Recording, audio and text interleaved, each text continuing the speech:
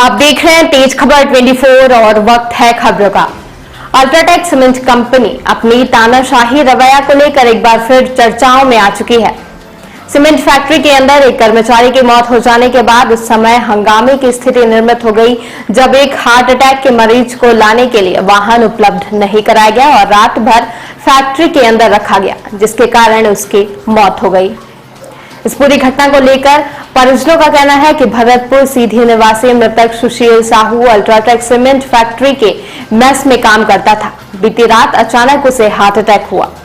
परिजनों का आरोप है कि फैक्ट्री प्रबंधन के द्वारा उसे वाहन उपलब्ध नहीं कराया गया और मेस में ही रखा गया, जिसके कारण उसकी मौत हो गई। इस बात की जानकारी जब परिजनों को हुई तो वह फैक्ट्री पहुंचे और सुशील कुमार को अस्पताल ले जाने की जिद करने लगे। तब फैक्ट्री प्रबंधन उसे लेकर मिनर्वा अस्पताल पहुंचा, जहां उसकी मौत हो चुकी थी।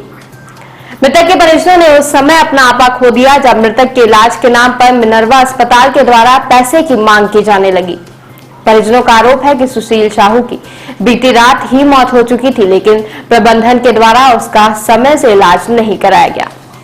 वहीं आक्रोश के बीच परिजन शव को लेकर अल्ट्राटेक सीमेंट की ओर निकल गए हैं।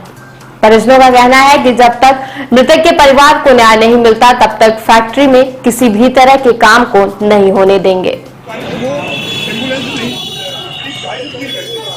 घंटे बाद इन्होंने भैया लोग ने बोले कि हम अपनी बोलेरो से लेके जा रहे हैं, तब उन्होंने 3 घंटे बाद एम्बुलेंस किया।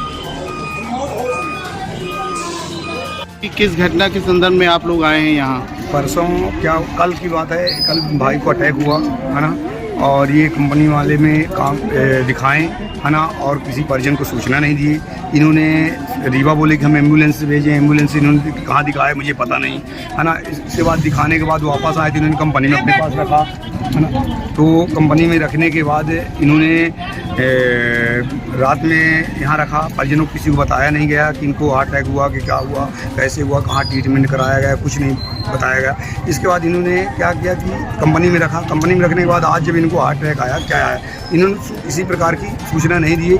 इन्होंने ना एम्बुलेंस की व्यवस्था की। 3 घंटे बाद जो भी इनके भाई मित्र लोग कुछ हैं, इन्होंने बोला कि हम अपनी बोलेरो बुला के मैं लेके जाता हूँ। तब कंपनी के प्रबंधक ने बोला कि ठीक है, मैं एम्बुलेंस इन्होंने बुला के रीवा भेजा। रीवा भेजने के बाद इन्होंने हमें बताया कि हम सुपर स्पेशलिटी हॉस्पिटल में लेके जा रहे हैं। फिर सुपर स्पेशलिटी हॉस्पिटल में हमने पहुंचा, फिर बोले कि नहीं रीवा हॉस्पिटल लेके जा रहे हैं। रीवा हॉस्पिटल में हमने पहुंचा, वहाँ भी नहीं। फिर इसके बाद वहाँ से पहुँचे बताएं कि बिनारा हॉस्पिटल में हम इनको लेके आए हैं, है ना। तो बिनारा हॉस्पिटल में अपन लेके आए। लेके आने के बाद इन्होंने जैसे हम अपन आए, इनके ट्रीटमेंट जो भी इनके वो पहले ही गुजर चुके थे मेरे भाई। मिनर्वा हॉस्पिटल में आपसे पैसे की भी मांग की जा रही थी, तो अंदर जैसे गए थे, इन्होंने बोला कि ये चार्ज पैसा जमा करिए और डिस्चार्ज ये नहीं रहे। तो हमने बोला ये किसका चार्ज है, तो बोले कि इनका ट्रीटमेंट का। जब हमारे भाई ये पहले ही एक्सपायर हो चुके थे, तो इनका ट्रीटमेंट कहाँ कराया गया, कहाँ हुआ, ये इन्होंने मुझसे पैसा जबरदस्ती करके मांग रहे थे, है ना। आप प्रबंधक से आपकी क्या क्या मांग है? प्रबंधक से मतलब ये है कि ये जो यहाँ हम लोगों को भटकाया, हम लोगों को किसी परिजन को बताया नहीं। हम यहाँ थे,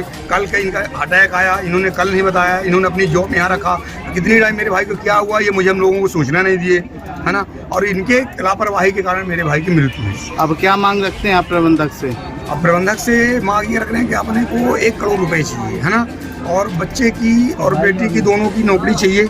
तो वो पढ़ाई चाहिए पूरी, जितनी वो पढ़ने चाहें, और परिवार में एक सदस्य की नौकरी चाहिए, और प्रबंधक को यहाँ से हटाया जाए। कंपनी की तरफ से बालक को